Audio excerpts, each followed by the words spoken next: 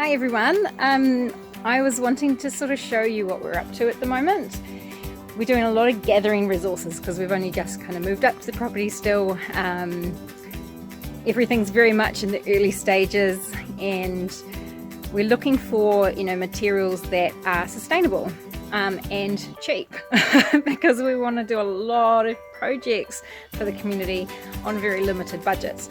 So I was wanting to sort of show you guys what kind of things we're getting so that you know what you can look out for and what you might be able to get as well, which would be better for the planet and also for your pockets. So here we go. So obviously wood is everywhere. We've had a lot of wood out of skip bins.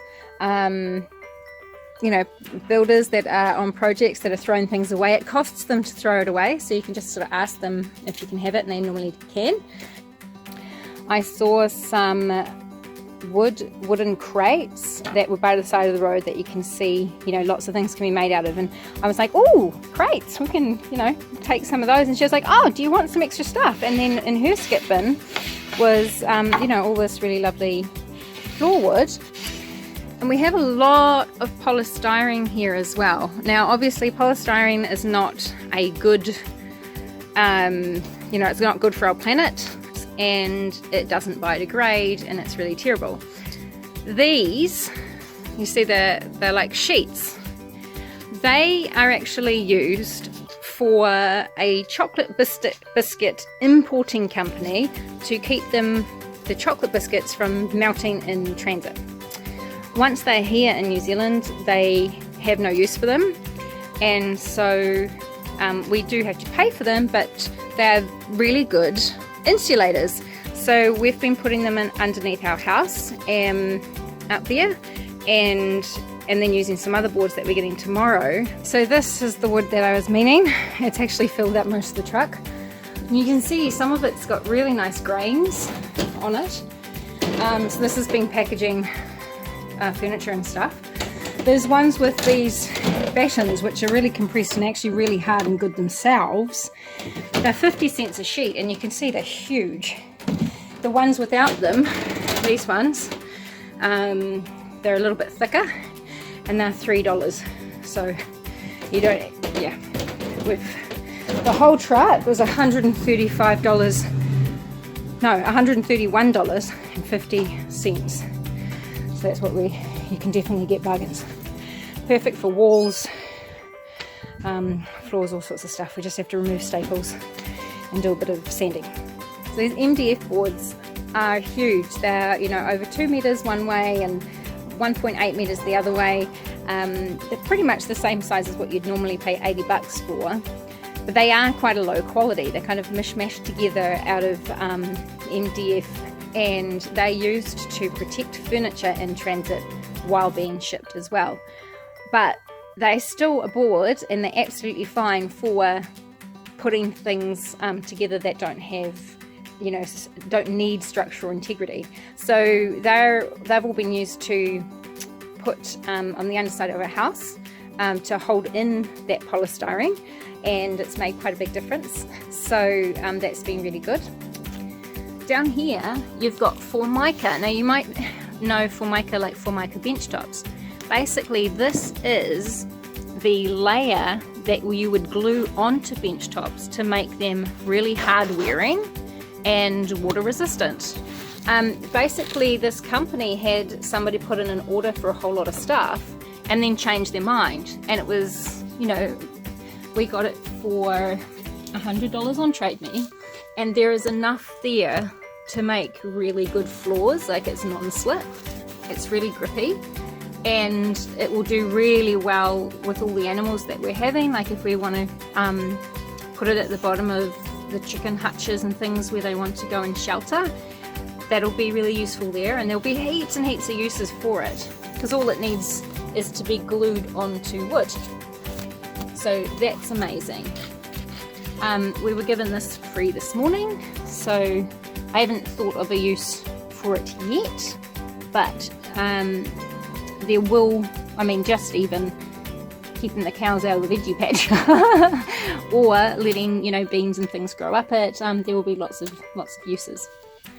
I put out a call for windows and doors because I'd been looking for some, because we're renovating the wool shed to be able to sort of house people that come in, so that we've got more space so that people can come and stay and help and that kind of thing. And this guy was definitely a bargain because he's double glazed, weighs an absolute ton, and if you can see, it's actually a ranch slider door, and they were selling it cheap because it didn't come with a frame. It just came with the door, and I was like, I'm sure we can figure that out. We can make our own runners, and that will be really good. But it's still $180, and I was looking at all these different windows on Trade Me in different pieces. That was from a demolition recovery yard. So I put a message out on a local Facebook site, because I'm down working at my mum's still. Well, not working at my mum's, but I'm working in Auckland, still on my job down here. I've already started on my job up north. Luckily they're both part-time, but there's 9 hours distance between them, so I'm sort of back and forth a bit. So I'm staying with my mum down here at the moment, and I decided to put a call out on their local grapevine and just said that we're going to do a run up to the Sherock Animal Sanctuary later in the week, and we're looking for doors and windows. Did anyone have any extra lying around? And we got an incredible response. So we've got these beautiful solid wood doors here, which are like giant doors. They are full floor to ceiling, so I'm getting all excited about some type of themed sort of fairy tale type giant room. We also got 17 doors and windows that are commercial from an old window, well, he's an installer for commercial sites, and so he takes away the old doors and windows. These are some of the other, those really tall doors. So you see they're much taller than regular doors. We also got 3 of these, or 4 of these just normal internal doors, and I've got more to pick up tomorrow. Here are some of the other commercial windows that we got. So what I'm actually planning to try and do is, because a lot of them are the same size, like this one and this one, is actually work them in a way where they're basically double glazing. So we just kind of layer them up, make them 2. Obviously I'll wash them a bit first, but that'll be fun. And then I've got wonderful supporters for the sanctuary that Mele, actually, shout out to Mele, she has a husband that's a builder, and she contacted us, and she has been a big supporter and said, you know, do you need anything building wise? And we wouldn't say no to almost anything. So she's been putting things aside that he didn't want, and I think, you know, the building industry is one of the most wasteful industries, if it's not the most wasteful.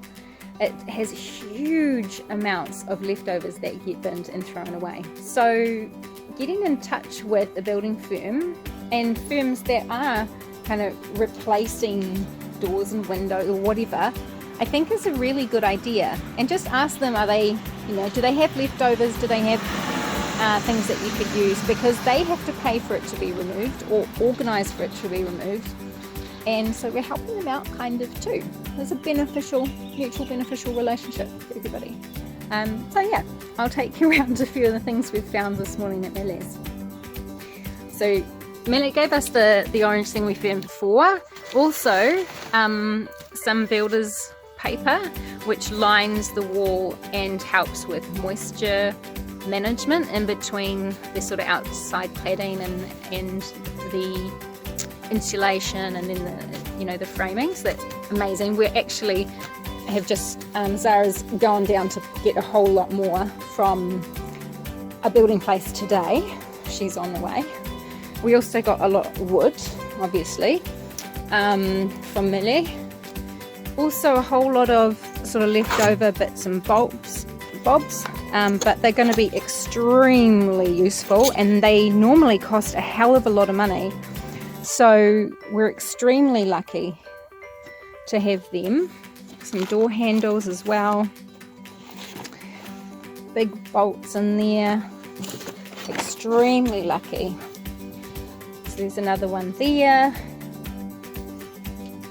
We also got quite a lot of plumbing stuff. So apart from the fact that we want to be collecting water, even though we've got a lot of water in rainfall, if we collect it off the roofs, we're still able to have it in the places that we want it. So in the spaces where we're doing a lot of seeds,